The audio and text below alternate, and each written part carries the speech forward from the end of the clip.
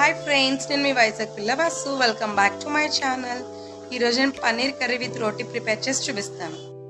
ముందుగా మనం 2 ఆనియన్స్ 4 పచ్చిమిర్చి తీసుకుందామండి. ఇంకా పన్నీర్ విశాఖ డైరీ నుంచి తీసుకొచ్చాను.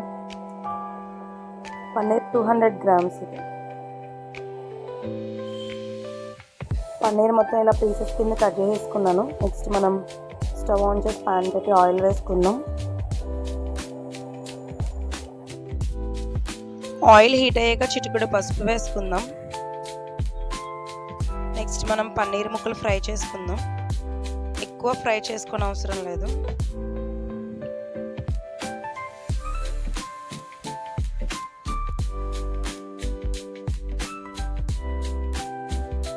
చూడండి, పీసెస్ ఇలా ఫ్రై అయితే సరిపోతుంది.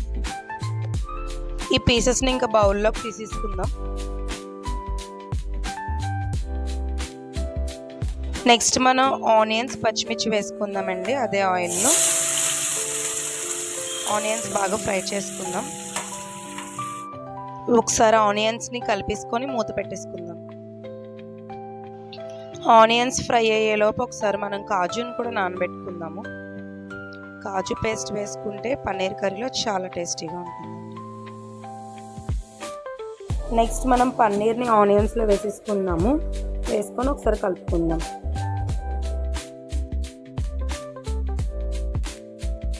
ఒకసారి మనం అలా కలిపేసుకొని మూత పెట్టేసుకుందాం.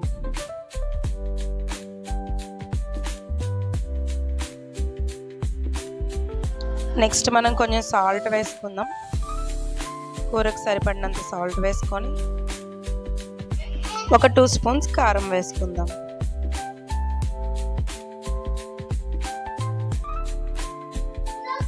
కారం వేసుకున్నాం కదా, ఒకసారి కలుపుకొని మనం ఇంకా వాటర్ వేసేసుకుందామండి.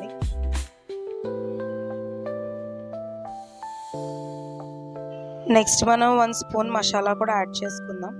నా దగ్గర ఆల్రెడీ చేసింది ఉందండి, నేను అది యాడ్ చేస్తాను.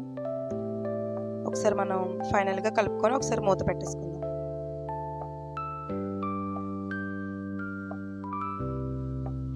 ఇందాక మనం కాజు నానబెట్టుకున్నాం కదా, అది నేను పేస్ట్ చేస్తానండి.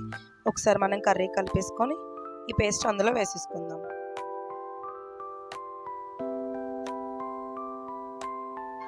ఈ కాజు పేస్ట్ యాడ్ చేయగానే మనకి కర్రీ అనేది చూడండి ఎంత బాగుంటుందో. లుక్, టేస్ట్ కూడా అలానే ఉంటుంది.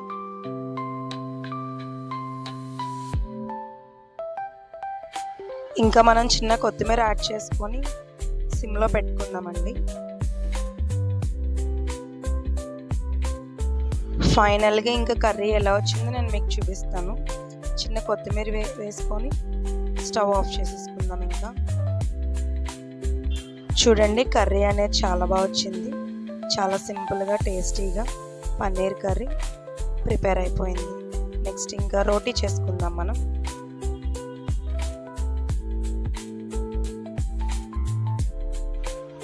నేను ముందుగానే పిండి రెడీగా కలిపి పెట్టుకున్నాను.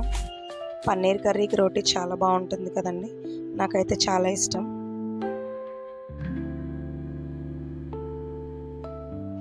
మనం రోటీ చేసినప్పుడు ఇలా ఆయిల్ రాసి దాన్ని ఫోల్డ్ చేస్తే రోటీ అనేది బాగా వస్తుంది. మనం రోటీ కాల్చినప్పుడు బాగా పొంగుతుంది.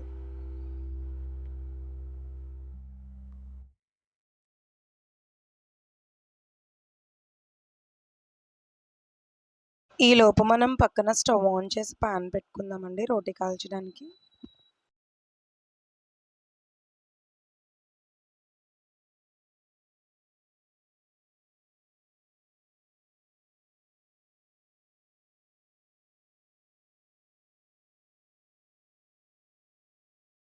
చూడండి, మనకి రోటీ అనేది కొంచెం పొంగుతుంది.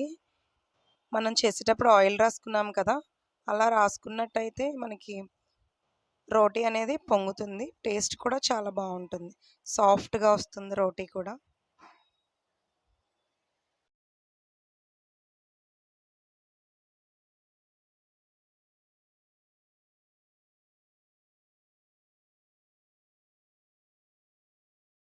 ఫైనల్గా రోటీ పన్నీర్ కర్రీ ఎలా వచ్చిందో నేను మీకు ప్లేట్లో పెట్టి చూపిస్తాను. నా రెసిపీ మీకు నచ్చినట్లయితే మీరు ట్రై చేయండి. ఇంకా నా ఛానల్ని ఇప్పటివరకు సబ్స్క్రైబ్ చేయలేని వాళ్ళు ఎవరైనా ఉంటే సబ్స్క్రైబ్ చేయండి, లైక్ చేయండి, షేర్ చేయండి. చూడండి పన్నీర్ కర్రీ విత్ రోటీ ఇలా వచ్చింది. నా రెసిపీ మీకు నచ్చినట్లయితే ట్రై చేయండి.